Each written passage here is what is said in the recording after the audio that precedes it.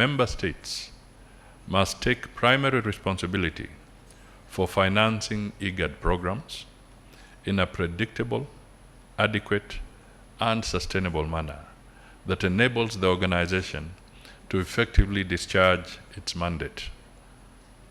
We value and welcome the support of international partners.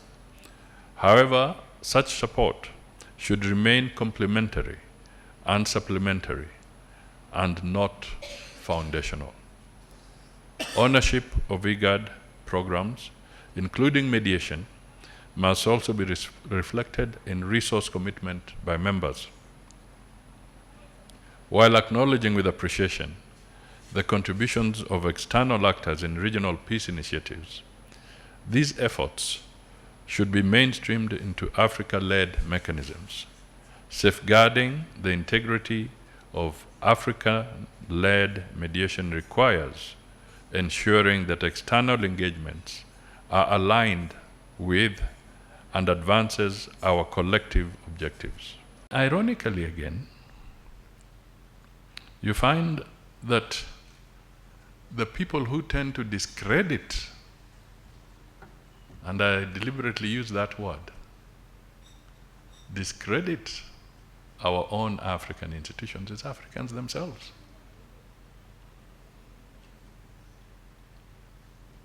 You have the African Union. They make propositions, reasonable propositions. They put them on the table. You refuse to look at them. You refuse to understand them. The same proposition is taken by a friend or a country of the continent. They call you to their capitals. They give you the same thing you refused to appreciate when it was given to you by the African Union or by IGAD. You then sign the same document that you refused to sign when it was offered to you by your own institution. So who really then is undermining the mediation process on the continent? Sustainable peace cannot be effectively achieved without meaningful participation of women, youth, and local communities. To this end, IGAD occupies a unique and strategic position. However, there is a clear need to further strengthen IGAD as the primary regional mechanism for peace and security in the Horn of Africa. Accordingly, I wish to reiterate that member states must take primary responsibility for financing IGAD programs in a predictable, adequate, and sustainable manner that enables the organization to effectively discharge its mandate. I happened to be present when the London conference on Sudan was held. First the Paris, and then Sudan, and then London. There was also one in Addis, I remember, at the sidelines of the summit. I was not able to make the Berlin one. But let me just give a small insight of the London one.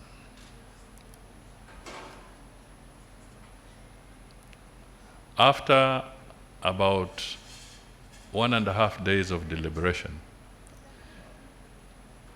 it was more on the humanitarian aspects. But after 1.5 days of deliberation,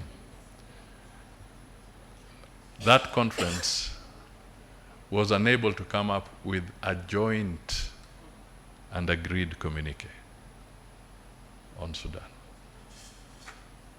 First of all, no players from Sudan were present.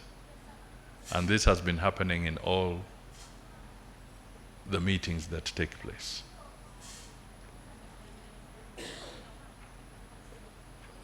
no joint communique came out. Why? Because inside the London meeting, external players could not agree.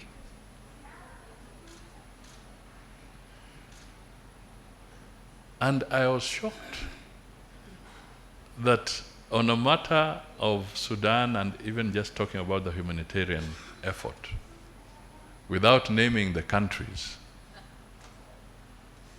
we were faced with a situation where countries were arguing over a text of a communique about humanitarian interventions, and they were busy calling their headquarters to actually decide whether there should be a comma or a full stop in a communique. So we left that meeting as a hung meeting.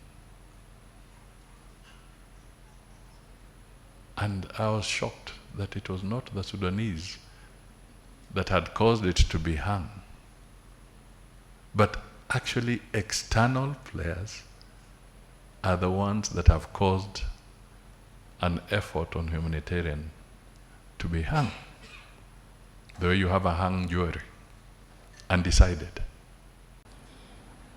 As a region today, we are currently confronted with a dual challenge to the mediation landscape in the Horn of Africa.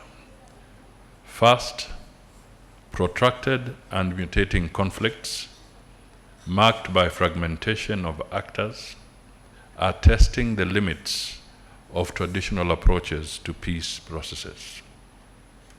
Secondly, rapidly shifting global dynamics and growing pressures on multilateralism are impacting the coherence, predictability, and effectiveness of mediation efforts. Together, these realities underscore the need to rethink and adapt our approaches. I want to agree that some scholars now in diplomacy are saying that peace has been privatized.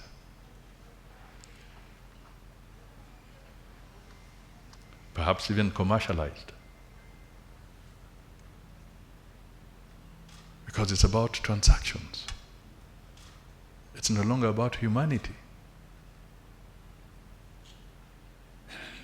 It's no longer about lives. So we ask ourselves, when you go to mediation, are you going there as a business negotiator?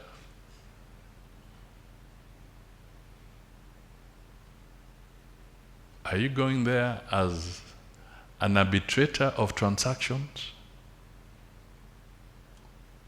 Or are you going there genuinely as a mediator to see peace in the countries that are facing conflict?